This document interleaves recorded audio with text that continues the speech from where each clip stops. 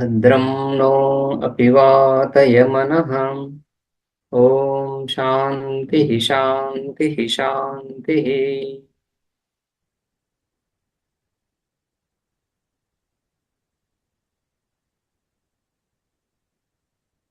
Okay, so మనం ఇక్కడ ఛాందోగ్యోపనిషత్తులో మధు విద్య చూస్తున్నాము. ఇందులో మధు మధు సేకరణ సంబంధించినటువంటి అంశాలు ఉపాసనలు చూసాం.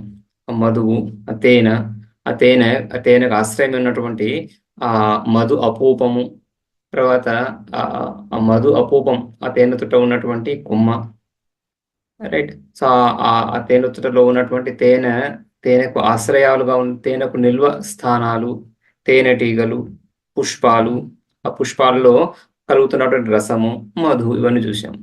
ఆ తర్వాత వాటి యొక్క భోక్త, ఆ మధువు కర్మఫలం చెప్పుకున్నాం. దానిని పొందడము అని, దాన్ని పొందేటువంటి భోక్తలు ఈ విధంగా చెప్పుకున్నాం: వసవులు, రుద్రులు, ఆదిత్యులు, మరుత్తులు, సాధ్యులు. రైట్.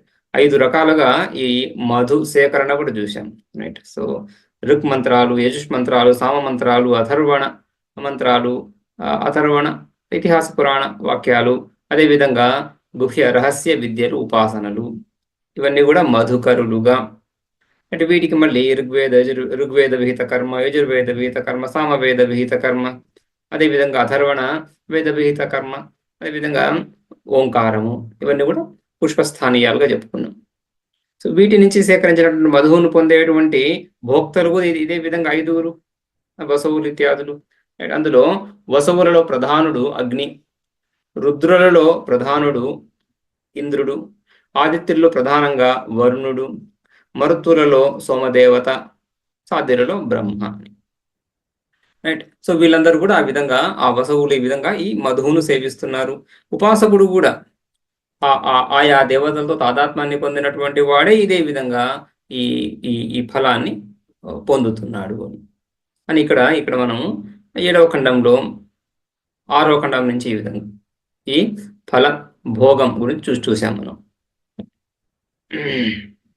తద్యత్ ప్రథమం తద్వసవ ఉపజీవంతి అగ్నినా ముఖేన అని మొట్టమొదటి తద్యత్ ప్రథమం, ఆదిత్యుల్లో ఉన్నటువంటి ఆ మధువు, తూర్పు దిశలో ఉన్నటువంటి ఆ ఎరుపు రంగులో ఉన్నటువంటి ఆ మధువు కర్మఫలాన్ని, తూర్పు దిశలో ఉన్నటువంటి వసవులు దేవతలు, అదేవిధంగా ఈ విధంగా ఉపాసిస్తున్నటువంటి ఉపాసకుడు కూడా వసు రూపేణ వసువులతో తాదాత్మ్యాన్ని పొంది ఈ కర్మఫలాన్ని విధంగా పొందుతున్నాడు. అదేవిధంగా తర్వాత ఖండంలో అథ యద్వితీయం అమృతం తద్రుద్రా ఉపజీవంతి ఇంద్రేణ ముఖేన, అది కూడా చూసాం. ఇంద్రుడు ప్రధానంగా ఉన్నటువంటి రుద్రులు కూడా ఈ విధంగా ద్వితీయం అమృతం, రెండవ అమృతం కూడా యజుష్మంత్రాల ద్వారా సేకరించబడినటువంటి అమృతం అని ఏదైతే చెప్పుకున్నామో కర్మఫలం, ఆ కర్మఫలమే ఋగ్మంత్రాలతోనూ కర్మఫలమే, యజుష్మంత్రాల ద్వారా కూడా కర్మఫలము, ఆ కర్మఫలం ఈ విధంగా దేవతలు ఆస్వాదిస్తున్నారు.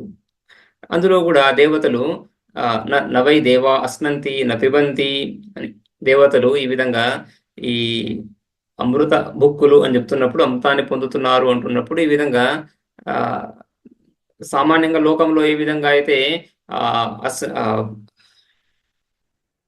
ఉపజీవంతి అంటున్నప్పుడు, దాన్ని భుజిస్తున్నారు అంటున్నప్పుడు ఏ విధంగా అర్థం చేసుకుంటున్నామో ఆ విధంగా కాకుండా దర్శన మాత్రేణ దృష్ట్వా తృప్యంతి.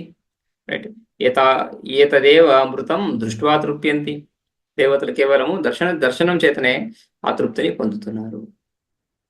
అక్కడ వరకు చూశాం. ఇందులో ఈ వసవులు ఏదైతే భోగాన్ని పొందుతున్నారో, కర్మఫలాన్ని పొందుతున్నారో, అంటే వసవులు ఏ లోకంలో ఉంటూ కర్మఫలాన్ని పొందుతున్నారో ఆ లోకం కంటే కూడా ఈ రుద్రులు ఉన్నటువంటి లోకము, రుద్రుల యొక్క ఆయుష్, రుద్రుల యొక్క భోగకాలము ద్విగుణీకృతము, రెట్టింపుగా ఉంది అని కూడా చూసాం మనం. రైట్.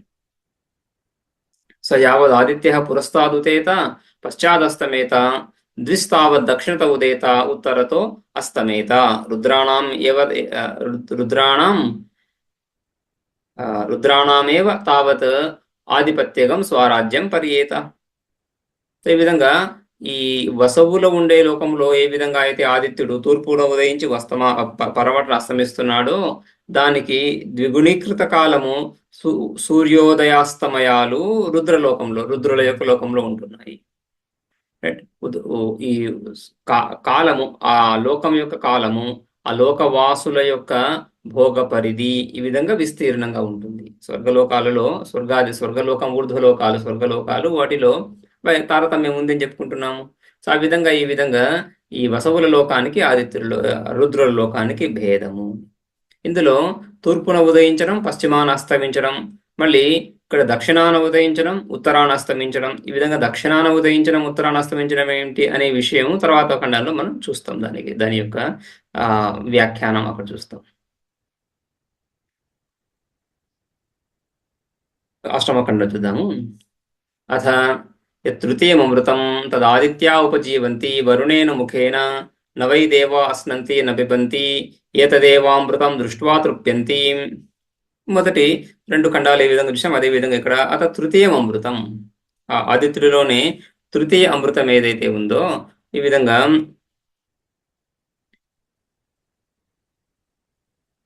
సామమంత్రాల ద్వారా, సామమంత్రాలు, సామ విహిత కర్మానుష్ఠానం ద్వారా కలిగినటువంటి కర్మఫలము, ఆ కర్మఫల రూప తృతీయమృతం తత్ ఆదిత్యా ఉపజీవంతి. ఆదిత్యులు ద్వాదశాదిత్యులు ఈ విధంగా ఆ అమృతాన్ని సేవిస్తున్నారు. వాళ్ళు వరుణేన ముఖేన, వరుణుడు ప్రధానుడుగా అయినటువంటి వాడే. ఆదిత్యులు ద్వాదశాదిత్యులు, వరుణుడు ప్రధానుడు అయినటువంటి ఆదిత్యులు ఆ అమృతాన్ని పొందుతున్నారు. నవై దేవాస్నంతి నపిబంతి. దేవతలు ఈ విధంగా సామాన్యంగా తినడము తాగడము అనే విధంగా కాకుండా అమృతం దృష్ట్వా ఏవ తదమృతం దృష్ట్వా ఏవ తృప్యంతి. దర్శన మాత్రం చేతనే, ఆ జ్ఞానం చేత మాత్రమే, దాని యొక్క దర్శనం అంటే జ్ఞానం అని చూడడమే కాకుండా, ఎందుకంటే అక్కడ ఈ అమృతం అంటే ఆ కర్మఫలం, ఆ కర్మఫలాన్ని కూడా యశస్సు, తేజస్సు, ఇంద్రియము, వీర్యము, అన్నాద్యం అని చెప్పుకున్నాం. కేవలం అన్నాద్యం ఒకటే కాదు, అన్నాద్యం, అన్నం చ అద్యం చ అన్నాద్యం, తినదగినటువంటిది. అదే కాకుండా యశస్సు, తేజస్సు ఇవన్నీ ఉన్నాయి. సో ఇవన్నీ కూడా చక్షురాది ఇంద్రియాలకు తెలుసుకునే విషయాలు కావు, కాబట్టి దర్శన మాత్రేన, వాటి జ్ఞానము చేతనే. అనుభవం ఎక్కడ కూడా జ్ఞాన రూపంగానే ఉంటుంది. సుఖానుభూతి అంటున్నప్పుడు సుఖ జ్ఞానమే, సుఖాకార వృత్తి, ఆ సుఖాకార వృత్తిని ప్రకాశింపజేయడం, అదేవిధంగా దుఃఖాకార వృత్తాన్ని ప్రకాశింపజేయడం. ప్రతి అనుభవం కూడా లోకంలో జ్ఞానం కంటే వేరుగా అనుభవం కానీ, అనుభవం కంటే వేరుగా జ్ఞానం కానీ లేదు. ఆ అనుభవాన్ని సామాన్యంగా రెండు రకాలుగా చెప్పుకుంటాం, పరోక్షము, అపరోక్షము. పరోక్షానుభూతి, అపరోక్షానుభూతి. అపరోక్షం సాక్షాత్తుగా మన ఇంద్రియాల ద్వారా తెలుసుకోవడం, పరోక్షము ఊహించడం, కల్పన, ఊహ కూడా ఆయా నిమిత్తాల ద్వారా ఊహించడం. అనుమాన ప్రమాణం అంటున్నప్పుడు వ్యాప్తి ఇత్యాది జ్ఞానాల ద్వారా మనం, రైట్, పర్వతో వన్యమాన్ ధూమాత్, అది పరోక్ష జ్ఞానం. పర్వతంలో అగ్ని ఉంది, మనం చూడట్లేదు సాక్షాత్తుగా, కానీ జ్ఞానం కలుగుతా ఉంది. విషయాన్ని సాక్షాత్తుగా ఇంద్రియాల ద్వారా దర్శించకపోయినా విషయక జ్ఞానం కలగడం ఏదైతే ఉందో అది పరోక్ష జ్ఞానం. ఆ విధంగా రెండు, పరోక్షానుభూతి, ప్రత్యక్షానుభూతి. పరోక్షానుభవం, ప్రత్యక్షానుభవం, పరోక్ష జ్ఞానం, ప్రత్యక్ష జ్ఞానం, అవే అనుభవం, అదే జ్ఞానం కూడా. ఇక్కడ రెండవ మంత్రం చూస్తే ఏతదేవ రూపం అభిసంవిశంతి ఏతస్మాద్ రూపాద్ ఉద్యంతి. ఈ భోగము, ఈ సుఖప్రాప్తి కలగనటువంటి కాలంలో ఏతదేవ రూపం అభిసంవిశంతి, ఈ ఆదిత్యులు ఆ రూపంతోనే తాదాత్మ్యమై ఉన్నారు. ఏతదేవ రూపం అభిసంవిశంతి, అక్కడ ఈ ప్రవృత్తిని కలిగి లేరు. భోగకాలం కాని కాలంలో కూడా అదే దిశలో ఉంటూ అక్కడ ప్రవృత్తిని కలగకుండా లీనమై ఉన్నారు. యతస్మాత్ రూపాద్ ఉద్యంతి, ఏదైతే భోగకాలం అవుతుందో ఆ భోగకాలంలో అక్కడ జన్మిస్తున్నారు. భోగకాలంలో అభివ్యక్తిని పొందుతున్నారు. జన్మ ఒకనొక స్థూల శరీరాన్ని, ఆ లోకంలో ఒకనొక స్థూల శరీరాన్ని పొందడమే జన్మగా చెప్పుకుంటున్నాము. ఆ విధంగా జన్మను పొందుతున్నారు.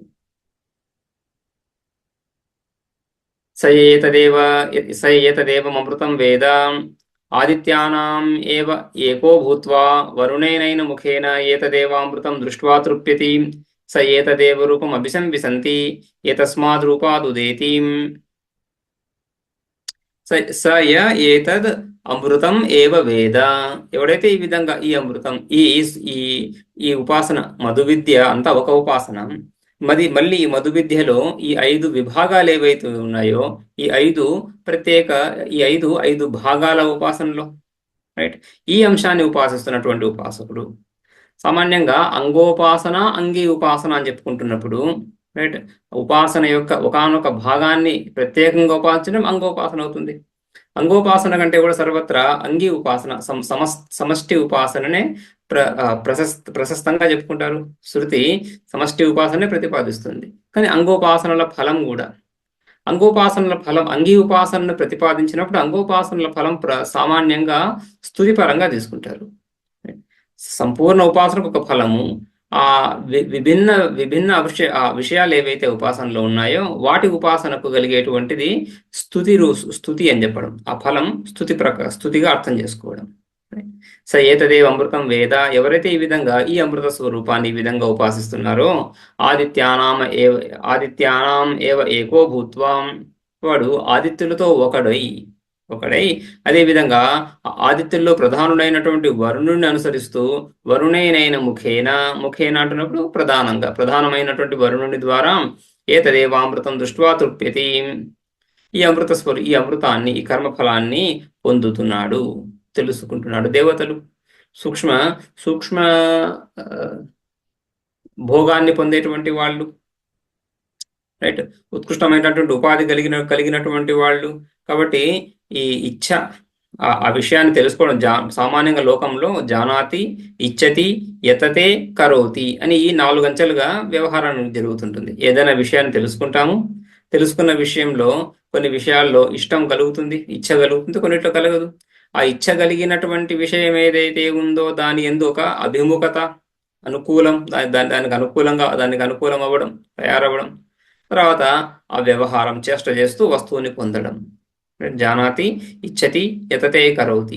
అక్కడ దేవలోకంలో ఈ విధంగా ఈ ఉపాసకుడు, దేవతలతో ఏకత్వాన్ని పొందినటువంటి ఆ ఉపాసకుడు ఈ విధంగా జానాతి, ఇచ్చతి, అక్కడ వరకే, యతతే, కరోతి అవసరం లేదని, రైట్, ప్రయత్నపూర్వకంగా పొందేదేం లేదు, భోగయోనులవన్నీ, రైట్, కర్మదేశాలు, ఈ మర్త్యలోకంలో కర్మ చేస్తారు. దేవాది లోకాల్లో అవి భోగభూములు, ఆ సుఖాన్ని, ఆ కర్మఫలాన్ని మాత్రమే పొందేటువంటి లోకాలు, అక్కడ ప్రయత్నం ఏముంది. అందుకని కేవలం దృష్ట్వా, ఏతదేవ అమృతం దృష్ట్వా తృప్యతి, వాటి జ్ఞానం చేత మాత్రమే తృప్తిని పొందుతున్నారు. స ఏతదేవ రూపం అభిసంవిశతి ఏతస్మాత్ రూపాదుదేతి. అక్కడ ఆ దేవతలు, అజానజ దేవతలు, కర్మజ దేవతలు అని చెప్పుకుంటాం కదా తైత్తిరీయంలో, దేవతల మళ్ళీ విభాగము. ఆ విధంగా దేవతలుగా ఆ లోకంతో పాటుగా దేవతలుగా ఉత్పన్నమైనటువంటి వాళ్ళు ఆ జీవులు. తర్వాత ఇక్కడ మర్త్యలోకం నుంచి కర్మల ద్వారా, ఉపాసన ద్వారా ఆ లోకానికి వెళ్ళినటువంటి వాళ్ళు, వీళ్ళు కూడా వాళ్ళ వలె ఆ వసవులతోనే, రుద్రులతోనే, ఆదిత్యులతోనే ఒకటి అవుతూ ఆయా ముఖ్య దేవతల ద్వారా ఆ భోగాన్ని అదే విధంగా పొందుతున్నారు. ఆ భోగము ఉన్నటువంటి కాలంలో అవివ్యక్తమై ప్రవృత్తిని పొందుతున్నారు, భోగము లేనటువంటి కాలంలో లీనమై ఉన్నారు ఆ దేవతల వలె. ఇక స యావదాదిత్యో దక్షిణత ఉదేత ఉత్తరతోస్తమేత ద్విస్తావత్ పశ్చాదుదేత పురస్తాదస్తమేత ఆదిత్యానాం ఏవ తావదాధిపత్యగం స్వరాజ్యం పర్యేతాం.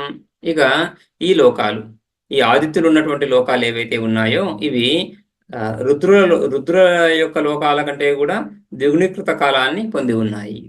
సయావత్ ఆదిత్య, ఎక్కడైతే ఏ రుద్రలోకాలలో దక్షిణత ఉదయత ఉత్తరతో అస్తమేత అని చెప్పుకున్నాం. దక్షిణ దిశలో సూర్యుడు ఉదయించి ఉత్తర దిశలో అస్తమిస్తున్నాడు. ఉదయాస్తమయాలు ఎప్పుడు కూడా విపరీత దిశల్లోనే ఉంటున్నాయి. ఉదయ దిశకి విపరీతంగానే అస్తమించేటువంటి దిశ. సో అందుకని దక్షిణత ఉదయత అంటూ ఉత్తరతో అస్తమేత. అయితే ఇక్కడ ఈ ఆదిత్యులు ఉన్నటువంటి లోకంలో ద్విస్తావత్ పశ్చాదుదేత, పడమర నుంచి సూర్యుడు ఉదయిస్తున్నాడు, తూర్పున అస్తమిస్తున్నాడు.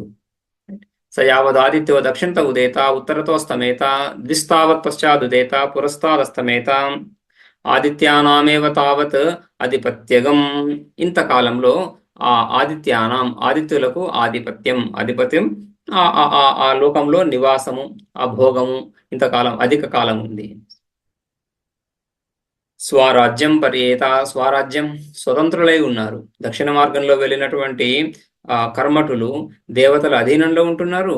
ఈ ఉత్తర మార్గంలో వెళ్ళినటువంటి ఇక్కడ ఈ ఈ ఉపాసకులు స్వతంత్రులై ఉంటున్నారు. ఇంతకాలం పాటు స్వతంత్రతని పొంది ఉంటున్నారు. ఆ లోకాలలో భోగాలను పొందుతూ స్వతంత్రులై ఉంటున్నారు, అధీనులే కాకుండా.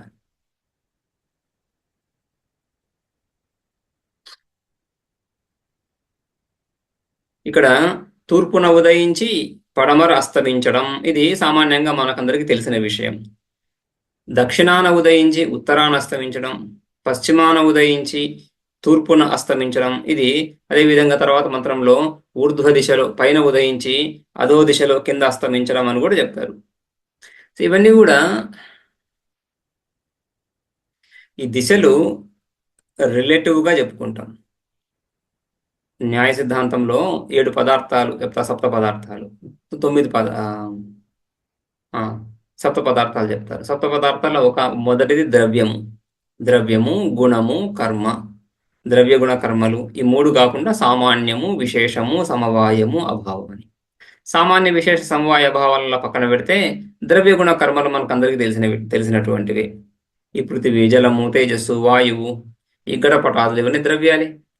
వాటిలో ఉన్నటువంటి గుణాలు, ఇది పెద్దది, ఇది చిన్నది, రైట్, ఇది తెల్లనిది, ఇది నలుపుది, ఇది సుగంధము, ఇది దుర్గంధము, ఇవన్నీ కూడా గుణాలు.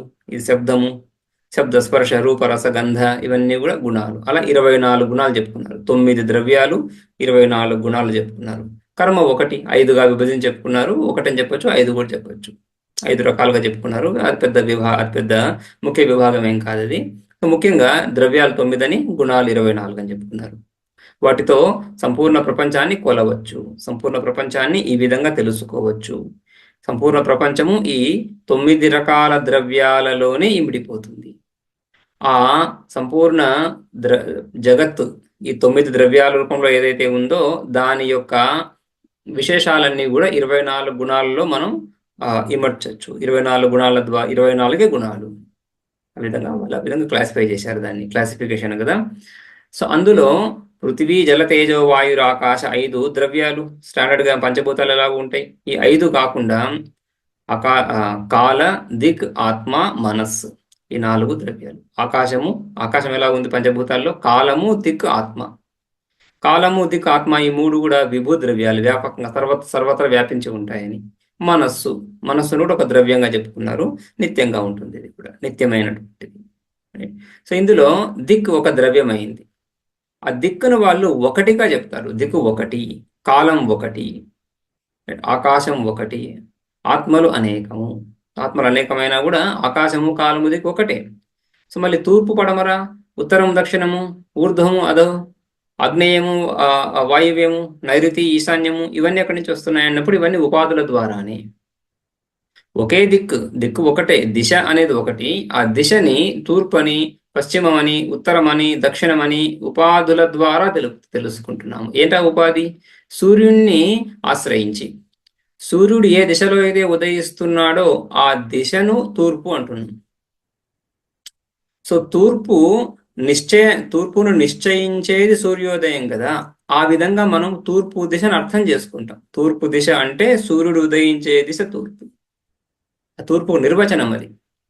ఇక్కడ తూర్పున ఉదయించి పశ్చిమాన అస్తమించడం అనే దాంట్లో మనకేమీ సంశయం కానీ విడ్డూరంగా అనిపించదు. దక్షిణాన ఉదయించి ఉత్తరాన అస్తమించడం అదేలా?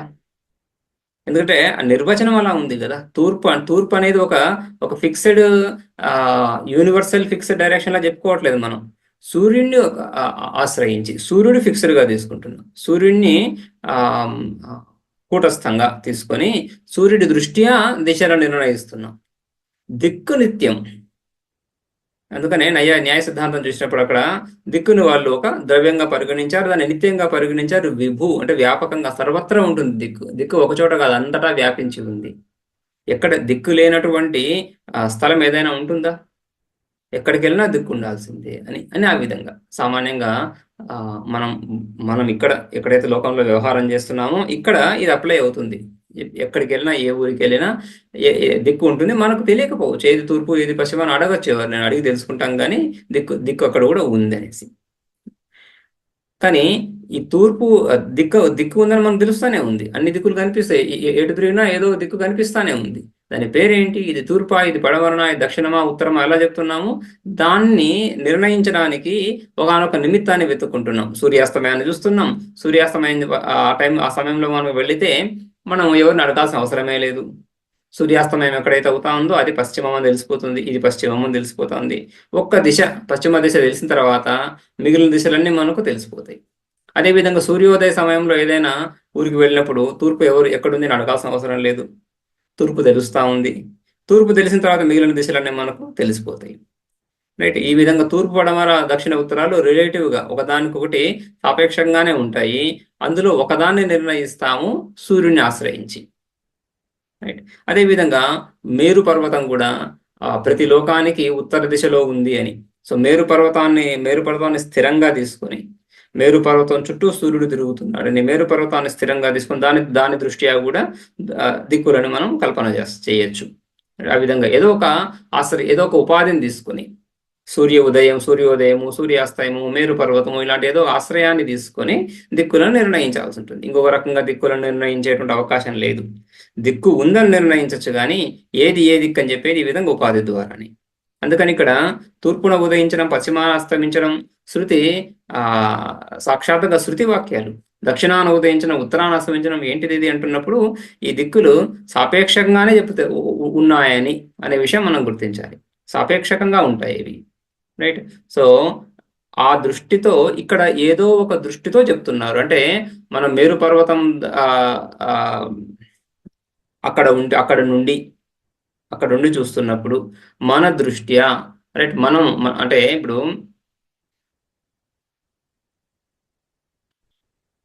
ఈ దిశలన్నీ కూడా మనం ఉండే చోటి నుంచే తూర్పేది పశ్చిమ పడమరేది ఉత్తరమేది దక్షిణమేది చూస్తాం కదా. ఈ 4 దిశలకి మధ్యలో ఎవరుంటారు, మనం ఉంటున్నాం. మనం అంటే మన లోకంలో ఏదైతే తూర్పు పడమరలలో ఈ సూర్యోదయ సూర్యాస్తమయాలు జరుగుతున్నాయో దీని దృష్ట్యా మనకు దక్షిణ దిశ ఏదైతే ఉందో, మనం ఏ దిశనైతే దక్షిణ దిశగా గుర్తిస్తున్నామో ఆ దిశ ఆ లోకంలో ఉన్న వాళ్ళకి సూర్యోదయ స్థానం అవుతా ఉంది. కాబట్టి వాళ్ళకు తూర్పుగా తీసుకో, కానీ మన దృష్ట్యానే చూస్తున్నాం కదా. స్వప్న విచారం చేస్తున్నప్పుడు మనం స్వప్నావస్థలోకి వెళ్ళి చేస్తున్నామా? జాగ్రత్త అవస్థలో ఉంటేనే స్వప్నం గురించి విచారం చేస్తాం. సుషుప్త అవస్థలోకి వెళ్తున్నప్పుడు సుషుప్తిలో విచారం చేస్తామా? సుషుప్తిలో విచారం ఎలా చేస్తాం? బుద్ధి లేదు అక్కడ. కాబట్టి జాగ్రత్త అవస్థలో కూర్చొని స్వప్నం గురించి కానీ సుషుప్తి గురించి కానీ జాగ్రత్త అవస్థ గురించి కానీ, రైట్, స్వర్గాది లోకాల గురించి కానీ నరకాది లోకాల గురించి కానీ బ్రహ్మలోకం గురించి కానీ ఏ విచారమైనా కూడా మనం ఇక్కడ ఉండే చేయాలి. అదేవిధంగా ఈ దిశల చర్చ కూడా ఇక్కడ ఉంటూనే చూస్తున్నాము. సో ఈ దృష్ట్యా ఇక్కడ మనం ఏదైతే చూస్తున్నామో తూర్పేది పశ్చిమేది ఉత్తరమేది దక్షిణమేది చూస్తున్నామో ఈ దృష్ట్యా ఆ దిశల నిర్ణయం, ఆ లోకాలు మనకు దక్షిణ దిశ ఏదైతే ఉందో ఆ దిశలో వాళ్లకు సూర్యోదయం అవుతా ఉంది అనేసి. సూర్యోదయాన్ని వాళ్ళు తూర్పు అనుకుంటే తూర్పు అన్నప్పుడు ఆ విధంగా వాళ్ళు తూర్పు అనుకోవచ్చు దాన్ని. కానీ ఈ తూర్పు పశ్చిమలు అనేటివి, తూర్పు పశ్చిమ ఉత్తర దక్షిణాలు అనేటివి రిలేటివ్గా ఉంటున్నాయి.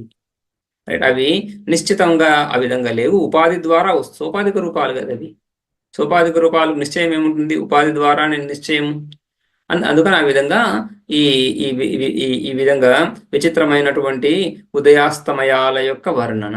ఇక రెట్టింపు కాలము ఈ తూర్పున ఉదయించి ఎంత కాలం అయితే సూర్యుడు తూర్పున ఉదయిస్తూ పశ్చిమాన అస్తమిస్తాడో అంతకు రెట్టింపు కాలము దక్షిణాన ఉదయించి ఉత్తరాన అస్తమిస్తాడు, అంతకు రెట్టింపు కాలము పశ్చిమాన ఉదయించి తూర్పున అస్తమిస్తాడని చెప్తున్నప్పుడు ఆయా లోకాల యొక్క మనుగడ, ఆ లోకాల యొక్క కాలమే ఆ విధంగా ద్విగుణీకృతంగా ఉంది అని.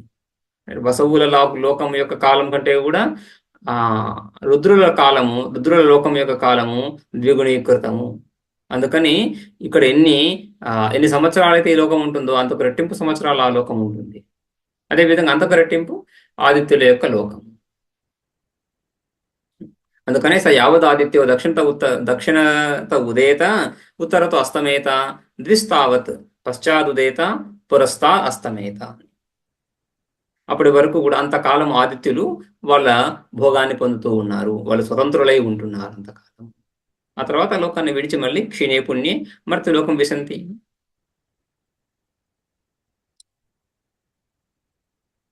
తథా పశ్చాత్ ఉత్తరతః ఊర్ధ్వం ఉదేత విపర్యేణ అస్తం ఏత. ఆ విధంగా తథా పశ్చాత్ ఆ తర్వాత ఉత్తరత ఉత్తరతః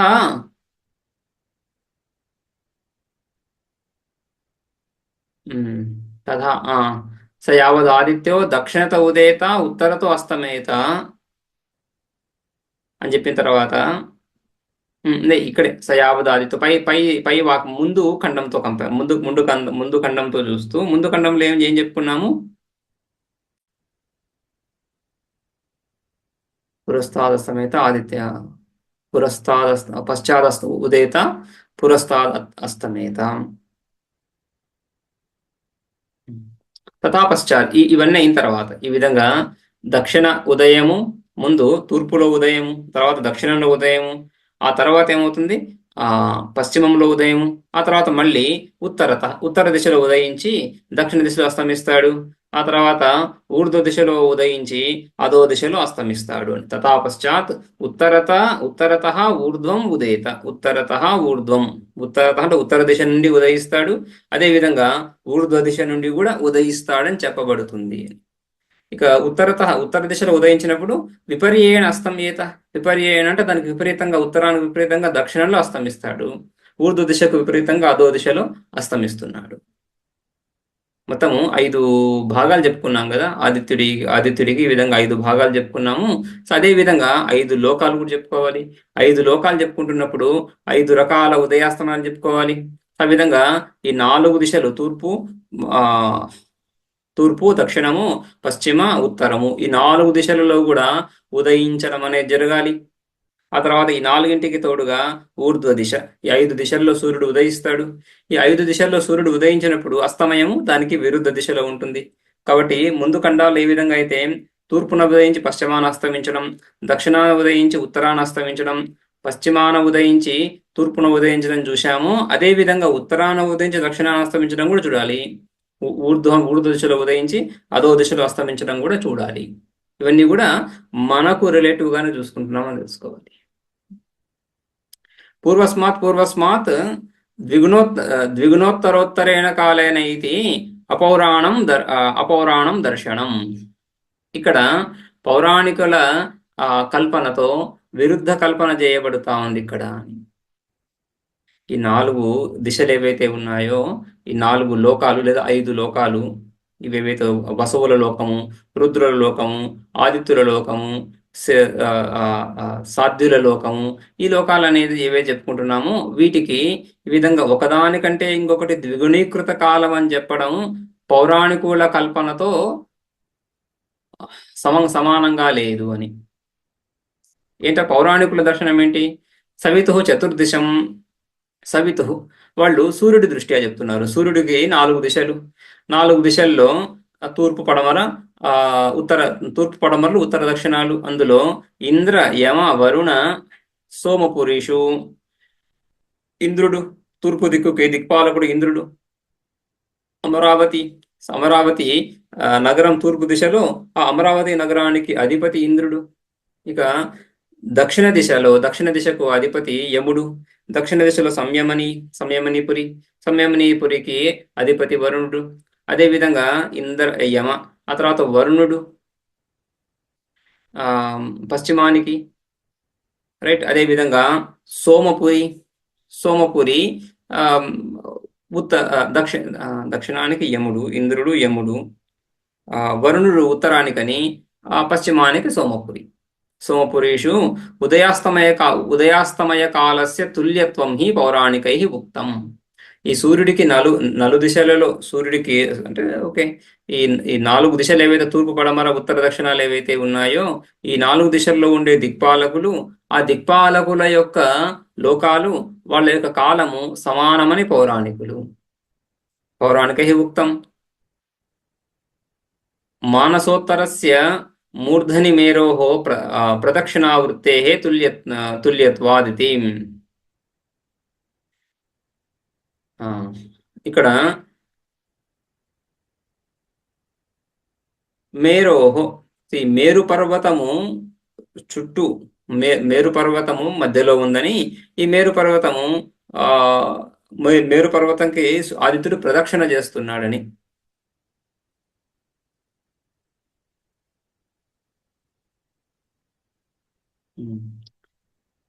మేరోహో మూర్ధని, ఈ మేరు పర్వతం యొక్క శిఖరం, మానసోత్తరస్య మేరోహో మూర్ధని, ఈ మేరు పర్వతానికి 4 శృంగాలని. వా రైట్. సో వాటిపైన ఈ విధంగా ఆదిత్యుడు ఈ ఈ ఈ ఈ భ్రమణం చేస్తున్నాడు పర్వతం చుట్టూ. పర్వతం చుట్టూ భ్రమణం చేస్తున్నప్పుడు 4 దిశల్లో 4 లోకాలు ఉన్నాయి. ఈ ఇంద్రపురి, యమపురి, వరుణపురి, సోమపురి. రైట్. ఈ 4 లోకాలలో ఆయన ఉదయాస్తమయ కాలాలు ఒకేలాగా ఉండాలి, ఎందుకంటే ఆయన వేగం సమానంగా ఉంది. రైట్. ప్రదక్షిణావృత్తే ప్రదక్షిణస్య ఆవృత్తి, ఈ ప్రదక్షిణ చేయడం ఏదైతే ఉందో వేగం ఒకటి తుల్యంగా ఉంది. రెండవది, ఆయన మేరు పర్వతం ఒక వైపు నుంచి మొదలుకొని అలా చుట్టూ తిరిగి మళ్ళీ అక్కడికి వస్తున్నాడు. రైట్. ముందుకి వెనకే వెళ్ళటం లేదు. ముందుకి వెనక అలా వెళుతూ ఉంటే ఒక లోకంలో ఎక్కువసార్లు ఉదయాస్తమయాలు అవుతున్నాయి, ఇంకొక లోకానికి వెళ్ళటం లేదు, అక్కడ ఉదయాస్తమయాలు తక్కువ అవుతున్నాయని చెప్పచ్చేమో. అలా లేదు, అన్ని లోకాలకి సమానంగానే వెళ్తున్నాడు ఆయన. అందుకని సమానంగా వెళ్తూ ఉండడం చేత ఈ కాలభేదము, ఒక ఒక ఒక లోకంలో అధిక ఉదయాస్తమయాలు, ఒక లోకంలో తక్కువ ఉదయాస్తమయాలు, ఇవి కుదరవు. అందుకని పౌరాణిక దృష్టితో ఇది విభేదిస్తా ఉంది. అత్ర ఉక్త పరిహార ఆచార్యై, ఇక్కడ కొందరు ఆచార్యులు ఇక్కడ పరిహారం చెప్పారు. ప్రాచీన ఆచార్యులు పరిహారం చెప్పారంటే, పౌరాణికులు చెప్పినటువంటి ఆ కాలం అలా ఉండని ఇక్కడ ఇంకొక రకంగా పరిహారం చెప్తున్నారు. ఏంటి పరిహారం ఇది?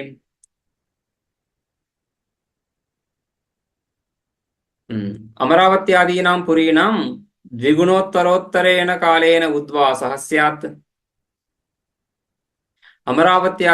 అమరావత్యాదీనాం లోకానాం. సో అమరావతి, ఇంద్రుడి యొక్క లోకం అమరావతి, అదేవిధంగా యముడి యొక్క లోకం సంయమనం, వరుణుడికి సుఖాని, అదేవిధంగా విభాలోకము,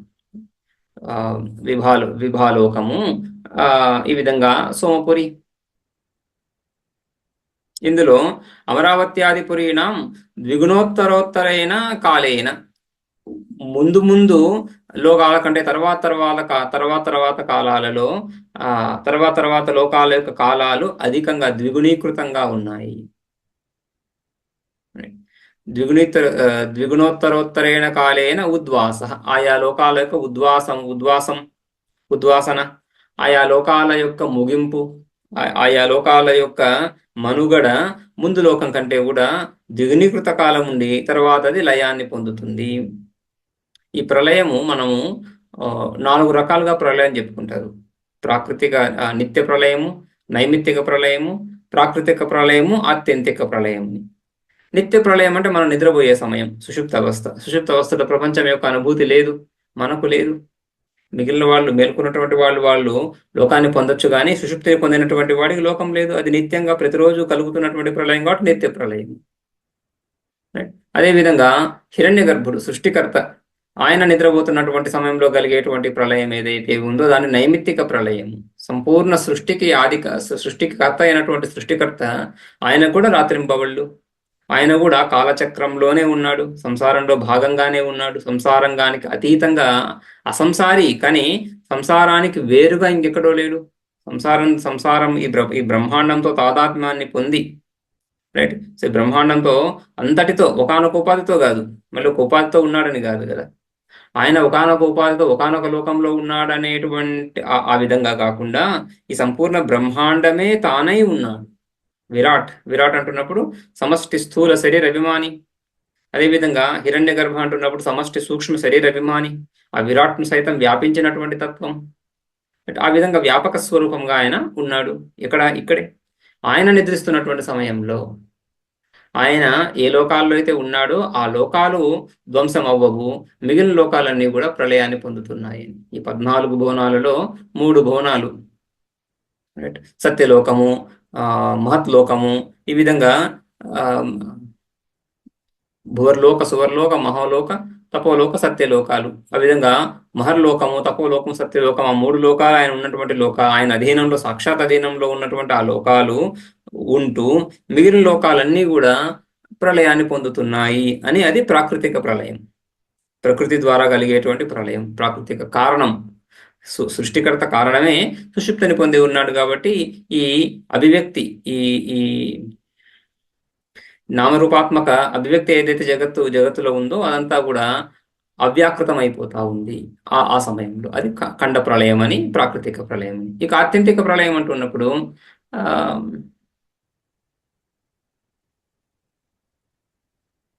ఇది నైమిత్తిక ప్రళయం కదా, నైమిత్తిక ప్రళయం. ప్రాకృతిక నైమిత్తిక ప్రళయం ఆ విధంగా ఆయన నిద్రపోవడం. ప్రాకృతిక ప్రళయము ఆ హిరణ్య గర్భుడే మోక్షాన్ని పొందేటువంటి కాలం ఏదైతే ఉందో, హిరణ్య గర్భుడు సృష్టికర్త 100 సంవత్సరాలు, 100 దివ్య సంవత్సరాలు ఆయన ఆయుష్ ముగిస్తున్నటువంటి సమయంలో ఆయన విదేహ కైవల్యాన్ని పొందుతున్నాడు. ఆ విదేహ కైవల్యాన్ని పొందుతున్నప్పుడు 14 భువనాలు కూడా ధ్వంసం అయిపోతున్నాయి. సత్యలోకంతో సహా ఇవన్నీ కూడా బ్రహ్మస్వరూపం ఎందు ప్రవేశిస్తున్నాయి, బ్రహ్మతో తాదాత్మ్యాన్ని పొందుతున్నాయని ప్రాకృతిక ప్రళయం. ఇక ఆత్యంతిక ప్రళయం అంటే మోక్షం, ఆయా వ్యక్తి యొక్క మోక్షము, విదేహ జీవన్ముక్తి, విదేహముక్తి అవస్థ ఏదైతే ఉందో అది ఆత్యంతిక ప్రళయం. ఆ విధంగా ఈ ఖండ ప్రళయాలు చెప్తూనే ఉన్నారు. అదేవిధంగా యుగ సంధులు, ఈ కలి, ద్వాపర, త్రేత, కృత, ఈ యుగాల మధ్యలో కూడా యుగ సంధిలో ఒక చిన్నపాటి ప్రళయం జరుగుతుందని, రైట్. సో ఆ విధంగా ఇక్కడ కూడా ఈ లోకాల యొక్క ప్రళయం కూడా వివిధ దశల్లో జరుగుతూ ఉంది. కాబట్టి కొన్ని లోకాల యొక్క ప్రళయం ముందు, కొన్ని లోకాల యొక్క ప్రళయం తర్వాత అనేది అంగీకరించబడినటువంటి విషయమే కదా.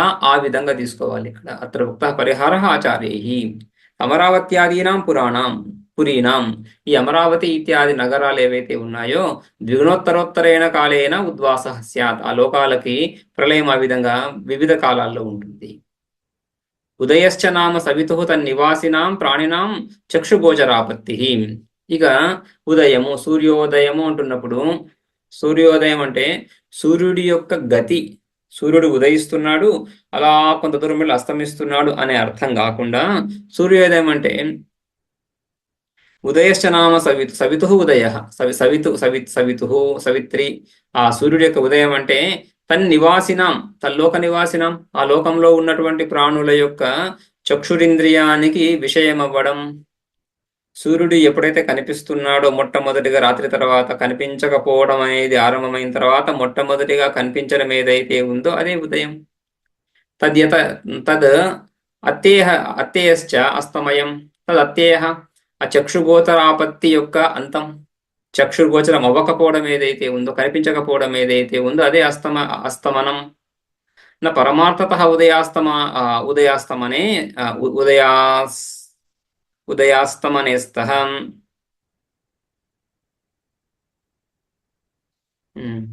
నా పరమార్థత ఉదయాస్తమయాలు ఈ విధంగా పారమార్థికంగా వాస్తవంగా లేవు. వాస్తవంగా అంటే ఇది ఒక తూర్పు దిశ అని పారమార్థికంగా లేదు. పారమార్థికంగా వేదాంతంలో దిశను కూడా అంగీకరించాము, పారమార్థికంగా బ్రహ్మస్వరూపం ఒకటి. కానీ న్యాయాది దర్శనాలు, ద్వైత దర్శనాల్లో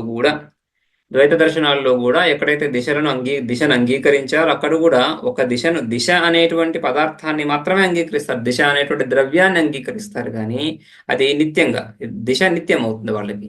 విభూ నిత్యం అంటున్నప్పుడు దాని ఉత్పత్తి లేదు, ప్రళయకాలంలో కూడా ఉంటుంది, సృష్టి కాలంలో ఉంటుంది, ప్రళయకాలంలో ఉంటుంది అని ఆ విధంగా వాళ్ళు దాని యొక్క నిర్ణయం చేశారు.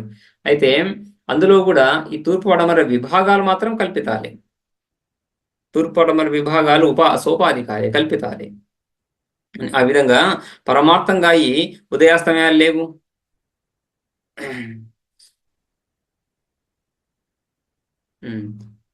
తన్నివాసినాంచ ప్రాణినాం అభావే తాన్ ప్రతి తేన ఏవ మార్గేణ గచ్చన్నపి స ఏవ ఉదేత న అస్తం ఏత ఇతి చక్షుర్గోచరాపత్తేః తదత్యేయస్య చ అభావాత్. తన్నివాసినాంచ ప్రాణినాం, ఆయా లోకంలో ఉండేటువంటి ప్రాణులకు అభావే, తన్నివాసినాంచ ప్రాణినాం అభావే, రైట్. ఆ లోకంలో ఉండేటువంటి ప్రాణులకు జీవరాశికి సూర్యుడి యొక్క దర్శనం కలగనప్పుడు సూర్యుడు అస్తమించాడని చెప్పుకుంటారు. అయితే సూర్యుడు వాస్తవంగా ఎటు ఉండకుండా ఏం పోలేదు. తాన్ ప్రతి తేన తేన అభావే తాన్ ప్రతి అభావే తేన ఏవ మార్గేన గచ్చన్నపి. ఆదిత్యుడు అదే మార్గంలో ఉంటాడు. ఆదిత్యుడు ఎక్కడున్నాడు అక్కడే ఉంటున్నప్పటికి కూడా స నయేవ ఉదేత నా అస్తం ఏత ఇది చక్షుర్గోచరాపత్తే తదత్యస్య చ అభావాత్.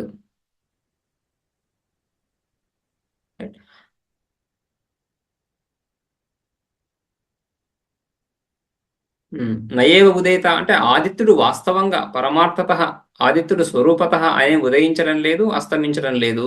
ఎందుకంటే చక్షుర్గోచరాపత్తి గాని చక్షుర్గోచర అత్యయం గాని, చక్షుర్గోచరాపత్తి చక్షురింద్రియ చాక్షుష జ్ఞానం అంటే సూర్యుడు కనిపిస్తున్నాడు అనే విషయం కానీ కనిపించకపోవడం లేదు అనేటువంటిది కానీ ఈ రెండు కూడా ఆదిత్యుడికి లేకపోవడం చేత, రైట్, లేకపోవడం చేత వాస్తవంగా అక్కడ ఆది తన్నివాసినాం చ ప్రాణినాం అభావే. ఓకే, తన్నివాసినాం చ ప్రాణినాం అభావే. ఆ లోకంలో ఉండేటువంటి ప్రాణులే లేనప్పుడు, ఆ జీవకోటి జీవరాశి లేనప్పుడు అంటే ప్రళయాన్ని పొందినప్పుడు. ఓకే, ఇక్కడ ఈ వసవులు ఉండేటువంటి లోకంలో వసవులు ఉండేటువంటి లోకములో, ఓకే, ఇది పరిహారం కదా. సో పౌరాణికులు ఏమంటున్నారు, ఆదిత్యుడి యొక్క గమనం అన్ని లోకాల్లో సమానంగా ఉండాలి కదా. ఒక లోకంలో ఒక లోకంలోని ఉదయాస్తమయాల కంటే ఇంకొక లోకంలో ఉదయాస్తమయాలు ఎక్కువ తక్కువ ఎలా అవుతున్నాయి, ద్విగుణీకృతం ఎలా అవుతున్నాయి? ఆదిత్యుడు అన్ని లోకాల్లో మేరు పర్వతం చుట్టూనే లోకాలన్నీ ఉన్నాయి. అన్ని లోకాలు మేరు పర్వతానికి వివిధ దిశలో చెప్పుకుంటాము. సో మేరు పర్వతం చుట్టూ ఆయన తిరుగుతున్నాడు కాబట్టి అన్ని లోకాల్లోనూ ఆదిత్యుడు ఒకేలాగా కనిపించాలి. సో ఒకే కాల వ్యవధి ఉండాలి, రైట్. సో ఈ లోకానికి ఎంత కాలం ఉందో ఆ లోకానికి అంతే కాలం ఉండాలి అని అంటే అలా అవని అని అది పౌరాణికుల కల్పన. దానికి ఈయన ఇక్కడ పరిహార ఆచార్య ఉక్త. ఆచార్యులు ఏం చెప్తున్నారు ఇక్కడ, అమరావత్యాదీనాం పురీణాం. సో అమరావత్యాదీనాం పురీణాం ద్విగుణోత్తరోత్తరేణ కాలేన ఉద్వాస స్యాత్.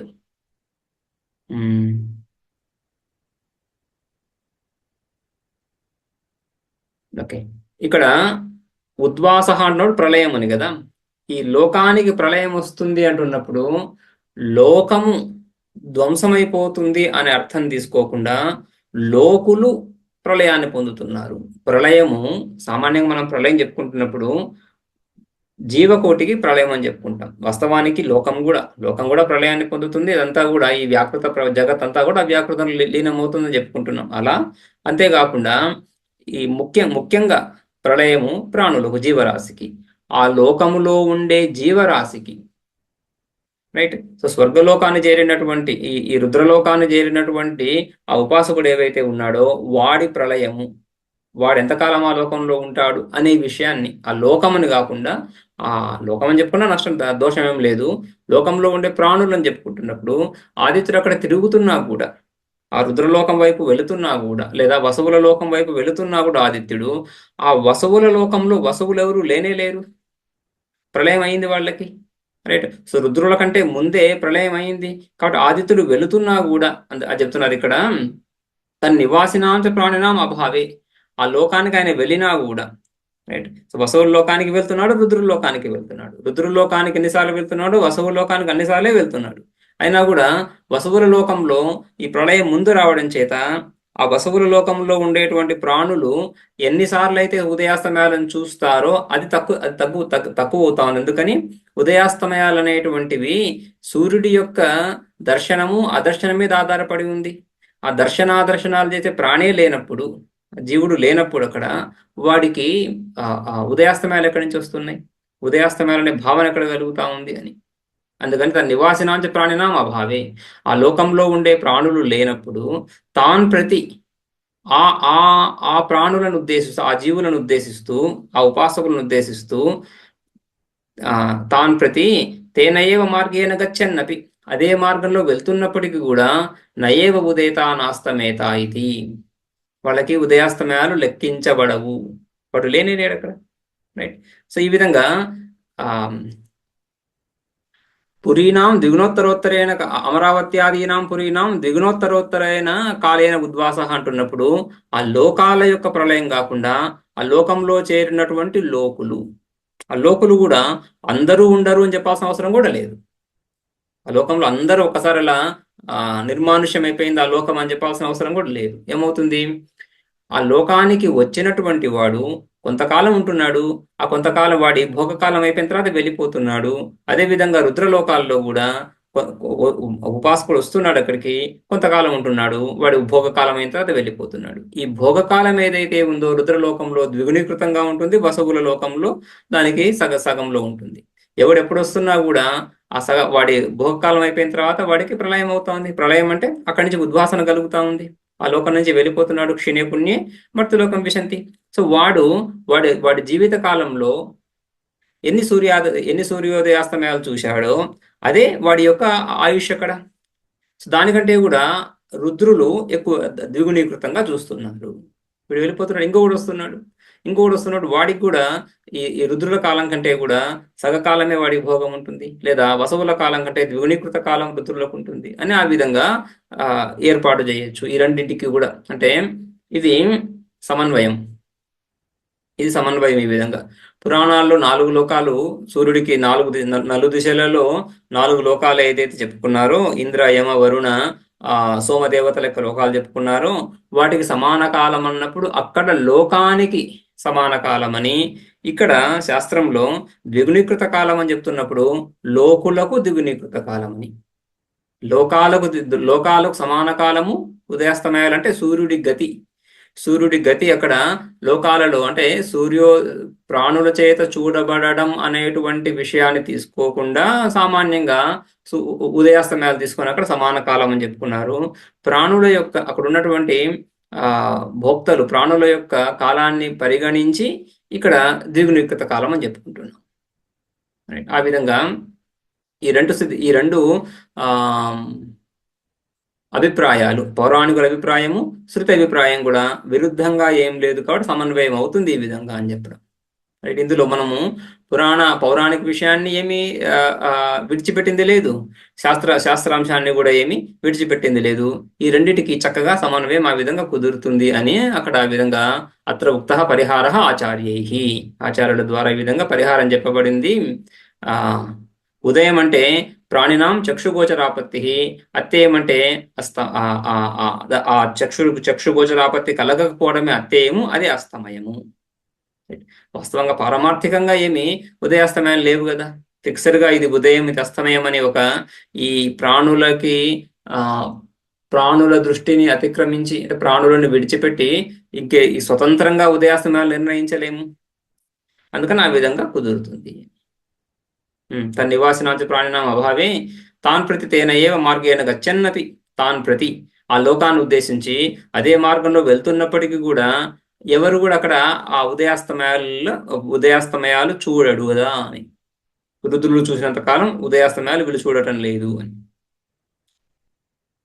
నయేవ ఉదేత నాస్తమేత ఇది చక్షుర్గోచరాపత్తే తదత్తేయస్య చ అభావాత్. చక్షుర్గోచరాపత్తి ఉంటే ఉదయము, తదత్తేయం ఉంటే అస్తమయము, రెండు లేవు కాబట్టి ఉదయాస్తమయాలు లెక్కించబడవు. అదేవిధంగా తథా అమరావత్యాః సకాశాత్ ద్విగుణం కాలం సంయమనీ పురీ వసతి. అమరావత్యాః అదేవిధంగా అమరావతి కంటే కూడా రెట్టింపు కాలము సంయమనీపురి వసతి. సంయమనీపురి యముడి యొక్క లోకము, దక్షిణ దిశలో ఉన్నటువంటి లోకము. ఈ లోకము యొక్క కాలము అమరావతి కంటే కూడా ద్విగుణీకృత కాలము. ఇక్కడ కూడా లోకము ద్విగుణీకృత కాలం ఉన్నప్పుడు లోకంలో ఉన్నటువంటి ఉపాసకులు, భోక్తలు, ఆ దేవతల యొక్క కాలము ద్విగుణీకృతం అని చెప్పుకోవచ్చు. తన్నివాసినః ప్రాణినః ప్రతి దక్షిణత ఇవ ఉదేతి ఉత్తరత అస్తం ఏతి ఇది ఉచ్యతే అస్మద్బుద్ధించ అపేక్షం. అతః తన్నివాసినః ప్రాణినః ప్రతి అమరావత్యాః సకాశాత్ ద్విగుణం కాలం సంయమనీపురి వసతి. అమరావతి కంటే కూడా అమరావతి తూర్పు దిశలో తన్నివాసిన ప్రాణిన ప్రతి, ఆ అమరావతిలో ఉన్నటువంటి ప్రాణులు వాళ్ళను ఉద్దేశిస్తూ ఇది దక్షిణ దిశలో ఉంటుంది. తూర్పు కంటే కూడా దక్షిణకు వస్తున్నాం. దక్షిణ దిశలో ఉంటుంది. ఇక్కడ ఎవరు? సంయమనీపురి. అక్కడ ఆ దక్షిణత ఇవ ఉదేతి. దక్షిణత ఇవ, ఇవ శబ్దము దక్షిణ వైపు నుంచి సూర్యుడు ఉదయిస్తున్నట్లుగా. ఉత్తరత అస్తమయేతి ఇది, ఉత్తర దిశలో అస్తమిస్తున్నట్లుగా. అంటే దక్షిణ దిశలో ఉదయిస్తాడు, ఉత్తర దిశలో అస్తమిస్తాడు అని చెప్పకుండా దక్షిణ నుంచి ఉదయిస్తున్నట్లుగా అనిపిస్తుంది. ఎందుకని? దక్షిణ దిశలో ఉండే లోకం అది. దక్షిణ దిశలో ఉండే లోకం కాబట్టి అక్కడ ఆ విధంగా అనిపిస్తుంది. బుద్ధించ అపేక్ష. ఉత్తరత హస్తం ఏతి ఇది ఉచ్యతే అస్మద్బుద్ధించ అపేక్ష. మన బుద్ధి అంటే మనం ఇక్కడ ఉన్నప్పుడు మనకు వాళ్ళ సూర్యోదయం ఏదైతే జరుగుతుందో వాళ్ళు ఏమనుకుంటున్నారో అదే వేరే కథ. మనకి ఎక్కడ కనిపిస్తున్నాడు సూర్యుడు? దక్షిణ దిశలో ఉన్నప్పుడు మనకు దక్షిణ దిశలో కనిపిస్తున్నాడు ఆ మనం ఇక్కడి నుంచి చూస్తే మనకు ఆ సూర్యుడు కనిపించడు. రైట్. సంయమనీపురిలో అంటే సంయమనీపురిలో ఉండేటువంటి ఉదయము సంయమనీపురి వాసులకు మాత్రమే కనిపిస్తుంది. ఈ అమరావతిలో ఉండే వాళ్ళకి కానీ, ఈ మర్త్యలోకం మనుష్యలోకంలో పృథ్వీలోకంలో ఉండే వాళ్ళకి కానీ కనిపించదు. కానీ మన దృష్ట్యా అది దక్షిణ దిశలో ఉన్నటువంటి లోకం కాబట్టి, దక్షిణ దిశలోనే వాళ్ళకు ఉదయిస్తున్నట్లుగా మనం భావిస్తాము. మనకు ఆ విధంగా అనిపిస్తుంది రిలేటివ్గా చూసినప్పుడు అని. ఈ రెండు వేరు వేరు ప్లేన్స్ లో ఉంటాయి కదా, ఈ లోకము ఆ లోకము. అందుకని ఆ విధంగా మనకు దక్షిణ దిశలో ఉన్నటువంటి లోకంలో దక్షిణ దిశలోనే ఉదయిస్తున్నాడా అని. ఉత్తరత హస్తం ఏతి ఉచ్యతే అస్మద్బుద్ధించపేక్ష తథా ఉత్తరాసు అపి పురీషు యోజన. ఇదే విధంగా ఉత్తరాసు అపి పురీషు, ఉత్తర దిశలో ఉన్నటువంటి లోకాల్లో కూడా మన దృష్ట్యా అక్కడ ఉత్తర దిశలోనే ఉదయిస్తున్నట్లుగా మళ్ళీ దక్షిణంలో అస్తమిస్తున్నట్టుగా అనిపిస్తుంది. ఎందుకంటే ఆ దిశను మనం ఫిక్స్ చేసుకున్నాం. ఉత్తరము అని ఆ లోకాన్ని బట్టి దిశను నిర్ణయించేశాం. ఎక్కడైనా కూడా ఒకనొక దిశను నిర్ణయిస్తాం, తూర్పు నిర్ణయిస్తాం. తూర్పు నిర్ణయించిన తర్వాత మిగిలిన దిశలన్నీ కూడా తెలిసిపోతున్నాయి. అదేవిధంగా ఇక్కడ యమపురి అంటున్నప్పుడే దక్షిణ దిశ అని చెప్తున్నాం కదా. యముడు దక్షిణ దిక్పాలకుడు. ఆ యముడు ఉండేటువంటి లోకము, ఆ లోకానికి కూడా సూర్యోదయ సూర్యాస్తమాలు ఉంటాయి. అక్కడ సూర్యోదయము మనకు దక్షిణ దిశలో ఉంది కాబట్టి సూర్యుడు ఉదయించినప్పుడు మనకు దక్షిణంలో కనిపిస్తాడు. అక్కడ దక్షిణంలో కనిపించిన తర్వాత ఇక అస్తమయం ఎక్కడ ఉంటుంది? ఉత్తరంలో కనిపించాల్సిన అవసరం లే. యమపురి మనకు దక్షిణ దిశలోనే ఉంటుంది. సూర్యోదయ సూర్యాస్తమయం రెండు అక్కడే కానీ మనకు ఒకసారి సూర్యోదయం దక్షిణం అని చెప్పిన తర్వాత సూర్యాస్తమయం సహజంగా దానికి విరుద్ధ దిశలో ఉత్తరంలోనే ఉండాలి. ఆ విధంగా చెప్పుకోవాలి. తథా ఉత్తరాసపి పురుషు యోజన సర్వేషాం చ మేరు ఉత్తరతో భవతి. సర్వేషాం చ అన్ని నగరాలకు కూడా, అన్ని లోకాలకు కూడా మేరు పర్వతం మాత్రం ఉత్తర దిశలోనే ఉంటుంది.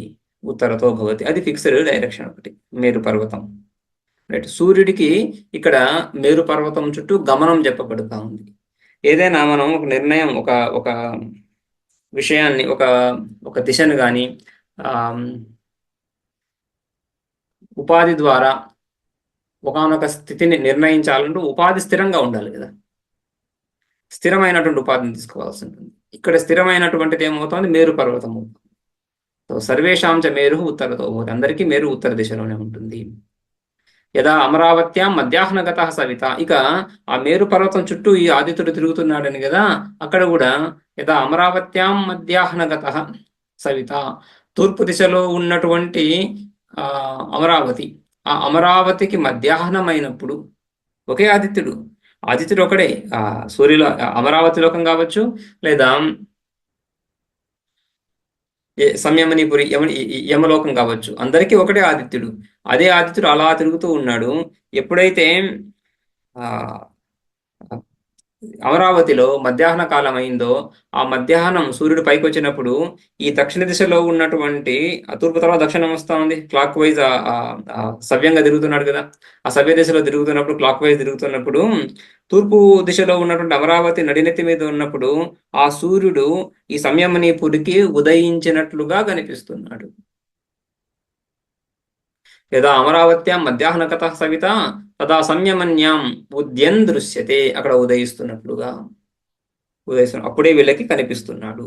లేదంటే ఈ దక్షిణ దిశలో ఉన్నటువంటి ఈ లోకానికి అక్కడ ఆ తూర్పు దిశలో ఉన్నటువంటి ఆదిత్యుడు కనిపించడు అని, కనిపించడం లేదు. అక్కడ మధ్యాహ్నం రావడానికి కొంచెం ఇటు దక్షిణం వైపు వచ్చాడు కాబట్టి వీళ్ళకి కనిపిస్తాడు. ఆ కనిపించినప్పుడు వీళ్ళకది ఉదయం అవుతా ఉంది. రైట్.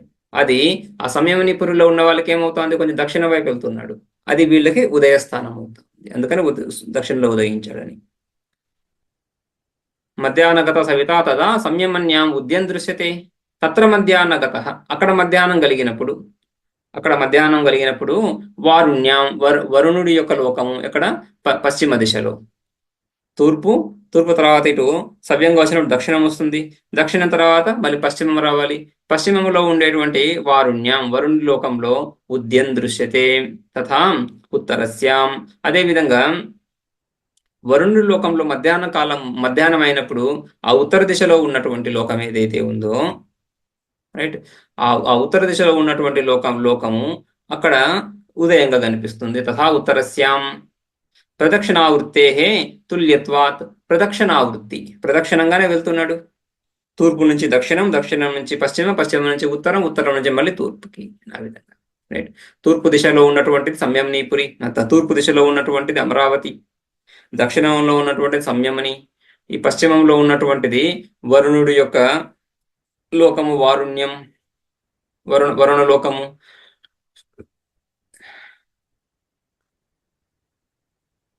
ఉత్తరంలో సోమలోకం అని చెప్పుకోవాలి, సోమదేవత చెప్పుకున్నాం కదా అక్కడ. సో ఆ విధంగా ఈ లోకాలకి ఈ విధంగా కనిపిస్తున్నారు. తథా ఉత్తరస్యాం ప్రదక్షిణావృతే తుల్యత్వాత్.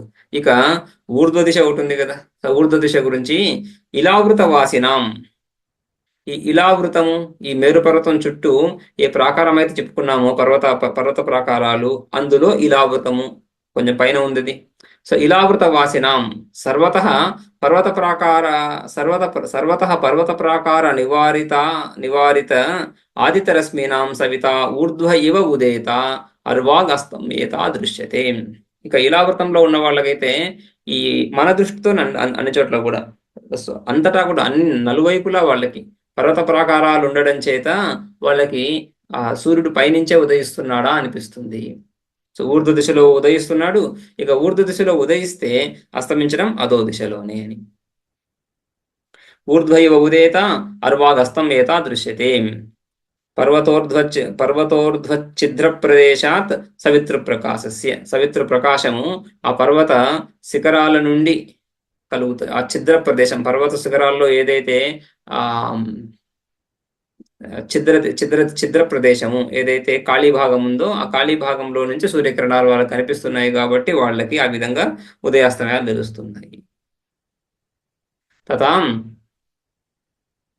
ఋగాద్యమృతోపజీవనం అమృతానాం చ ద్విగుణోత్తరోత్తర వీర్యవత్వం అనుమీయతే భోగకాల ద్వైగుణ్యలింగేన. సో ఈ విధంగా ఋగాది అమృతోపజీవనం, రైట్. ఋక్ యజుస్సామ, అదేవిధంగా ఋక్ యజుస్సామ అథర్వణ మంత్రంలో, అథర్వణ వేదంలో ఇతిహాస పురాణాలను చెప్పుకున్నాము. ఆ తర్వాత ఓంకారం యొక్క ఉపాసనలు, వీటి ద్వారా పొందినటువంటి ఆ మధు కర్మఫలం, దానిని ఆశ్రయించినటువంటి ఈ వసవులు, రుద్రులు, ఆదిత్యులు, సాధ్యులు, వీళ్ళందరూ కూడా తథా ఋగాది అమృతోపజీవినాం, వాళ్ళ యొక్క అమృతోపజీవినాం అమృతానాంచ, అమృతోపజీవినాం భోక్తలు, అమృతం భోగ్యము. ఈ భోక్తలు భోగ్యము రెండు కూడా, భోక్త ఒకడే ఉండి భోగ్యం లేకపోతే వాడి ఉండడానికి ఉనికికి ఏమీ అర్థం లేదు. భోగ్యం ఉండి భోక్త లేకపోయినా ఉనికికి అర్థం లేదు. కాబట్టి ఇద్దరు ఉండాలి, భోక్త భోగ్యము. అదే లోకం భోగ్యము, ఆ లోకవాసి భోక్త ఇద్దరు. సో ఉపజీవినాం అమృతానాం చ ద్విగుణోత్తరోత్తర వీర్యవత్వం. ఈ రెండింతలుగా వాళ్ళ యొక్క భోగకాలం ఉంది అని భోగకాల ద్వైగుణ్యలింగేన భోగకాల ద్వైగుణ్యలింగేన ఉత్తరోత్తర వీర్యవత్వం అనుమీయతే.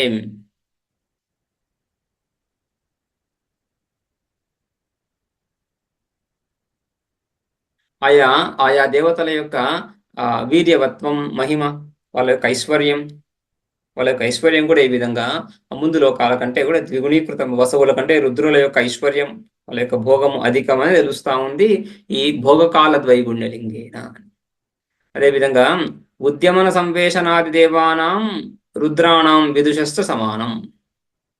ఉద్యమన సంవేషణాది ఆ భోగాన్ని పొందడం, భోగకాలంలో భోగాన్ని పొందడం, భోగం లేనప్పుడు లీనమై ఉండడం, ఇది ఇవన్నీ కూడా దేవానాం రుద్రాదీనాం విదుషశ్చ, రుద్రాది దేవతలు, వసవ రుద్ర ఆదిత్య సాధ్య ఇత్యాది దేవతలకి ఈ విదుష ఉపాసకుడికి కూడా సమానమే. ఎందుకంటే ఉపాసకుడు వాళ్ళతో తాదాత్మ్యాన్ని పొందుతున్నాడు కాబట్టి ఇక్కడ తారతమ్యాలు లేవు. అదే స్వరాజ్యం ప్రాప్నోతి చెప్పుకున్నాం కదా, అదే స్వతంత్రత. దేవత అధీనుడై లేడు ఇక్కడ. కర్మలు చేస్తూ దక్షిణ మార్గంలో వెళ్ళినటువంటి వాడు దేవత అధీనంలో ఉన్నాడు. ఇక్కడ అలా కాకుండా స్వతంత్రుడై రుద్రులతో సమాన స్థాయిని పొందినటువంటి వాడై వాళ్ళతో సమానంగానే భోగాన్ని పొందుతున్నాడు. వాళ్ళలో ఒకడై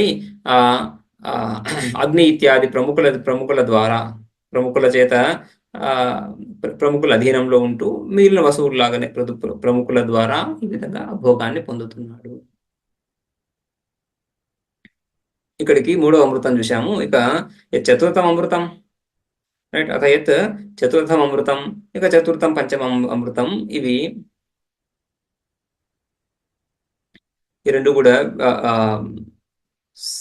సామాన్యంగా మంత్రం మాత్రమే ఉంది ఇక్కడ, రైట్. ఇది తర్వాత క్లాస్ చూద్దాం.